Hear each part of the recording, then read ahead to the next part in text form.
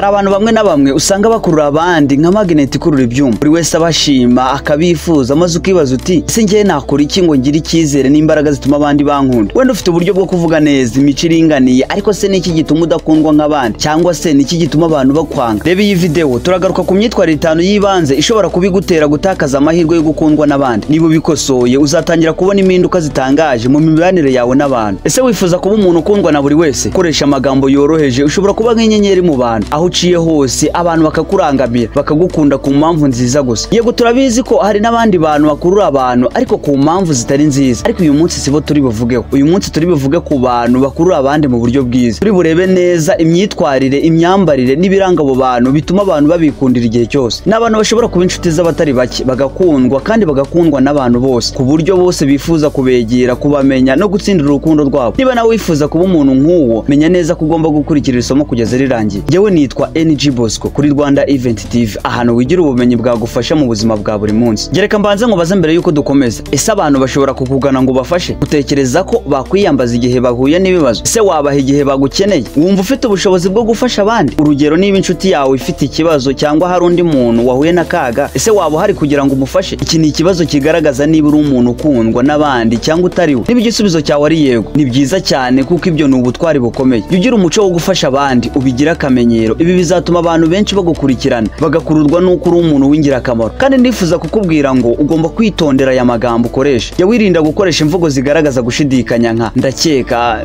ntekereza ko, wenda, bizashoboka ko. Izi mvugo zituma abantu bumva ko udafite icyizere mu byo uvuga. Ahubwo jya usimbuza amagambo nk'aya n'andi agaragaza icyizere n'ubushake nk'aya: ndabishoboye, nzabikora, nzabyiga. Reka yego yawe ibe yego, oya yawe ibe oya. Imyitwarire ya 3: kumenya kugira ukuri no kwizerwa. Abantu bakunda umuntu uvugisha ukuri, udahinduka nk'umuyaga, ufite umurongo uhamye. Kwizerwa ni urufunguzo rw'urukundo. Iyo abantu bazi kubeshya, utizerwa, uvuga ibyo utazashyira mu bikorwa, bageraho bakaguhunga. Ariko iyo bakubonamo umuntu uvugisha ukuri, wiyemeje, niyo waba uri mu makosa barakumva kuko baba bazi ko utagira uburyarya. Iyo ibi byose umaze kubyuzuza rero, abantu baragutinya, bazaguha icyubahiro kandi bazagukunda by'ukuri. Imyitwarire ya 4: guharanira iterambere no gukunda ibyiza. Abantu bakunda umuntu uhora yishakamo ibisubizo, uhora aharanira gutera imbere. Ntihakundwa uwigeranya mwigendaho, ahubwo hakundwa uharanira impinduka, uharanira kugira umubano mu bandi. Iyo abantu babona uko witwara, uko ukora cyane, uko uharanira guteza imbere ubuzima bwawe n'ubw'abandi, birabakurura. Kandi iyo wihesha agaciro mu bikorwa, abandi bakugirira icyizere. Wiga gukora ibintu bikomeye bizagutera gukundwa no kubahwa. Imyitwarire ya 5: kumenya kwitanga no gufasha. Abantu bakunda umuntu utikunda gusa, ahubwo witegura kugoboka abandi. Si ukugira byinshi, ni umutima w'ubwitange. Niyo wagira bike, iyo ubishyize mu gufasha abandi, ubu gitangaza. Menya ko igikorwa cyiza kimwe gishobora gutuma abantu 5 batangira kukwizera. Itanga igihe cyawe, amagambo yawe meza, inama zawe. Ko wicisha bugufi kandi ukita ku bandi, niko urukundo bazakugaragariza ruzabuzwa ukuri. Hari amagambo atagurwa ariko agira agaciro kuruta amafaranga. Iyo ubonye umuntu wagufashije ukamushimira nubwo yaba yarabikoze gake, biba umusingi w'urukundo n'ubushuti bw'igihe kirekire.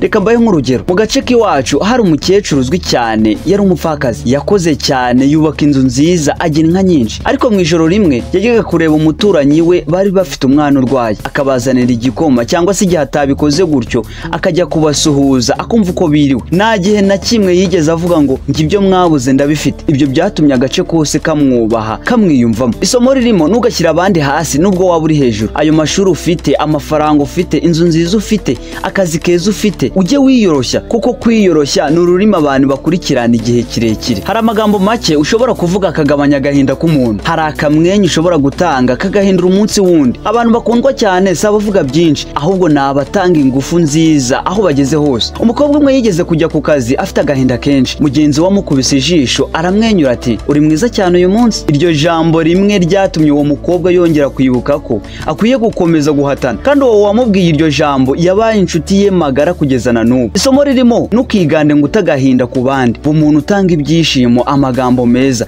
aho unyura hose bamusemburo w'ibyiza. Kwifuzwa no gukundwa si ibintu bituruka kubwo kugira amafaranga cyangwa amashuri menshi gusa, bituruka ku myitwarire yacu buri munsi. Umuntu wumva abandi, wubaha, wiyoroshya, ugira ijambo ryiza kandi wizera agaciro kawe. Ibyo bizatuma abantu bakwigarurira mu mitima utiriwe uvuga byinshi. Ibi rero maze kukubwira nibwo buryo bwo gukurura abantu no kuba umuntu ukundwa n'abantu benshi. Muri iyi nyigisho rero twaganiriye ku buryo ushobora kuba umuntu ukundwa na rubanda, umuntu ukurura abandi kandi akabagira inshuti ze. Kuko nabikubwiye mbere, ntabwo byose bishingira ku isura gusa, ahubwo bishingira cyane ku mico yawe, uburyo useka, ubutumwa utanga, kukubwira inzozi ufite ndetse n'ikintu kidasanzwe kikuranga. Ibi ni ibibazo ukwiriye kwibaza ubwawe rero. Ese ni iki kidasanzwe kigaragara kuri wowe? Ese sekute? Ese ni ubuhe butumwa ugeze ku bandi bantu? Ese ufite inzozi nini cyane? Niba ushaka gukurura abantu benshi bikagukurikira, jya ukurikiza izi nama zose maze kukubwira, hanyuma uzanshimira nyuma. Ngaho kora kuri iyo buto ya subscribe, like, share na comment. Rwanda Event TV, isomo ry'ubuzima rya buri munsi. Ndabakunda.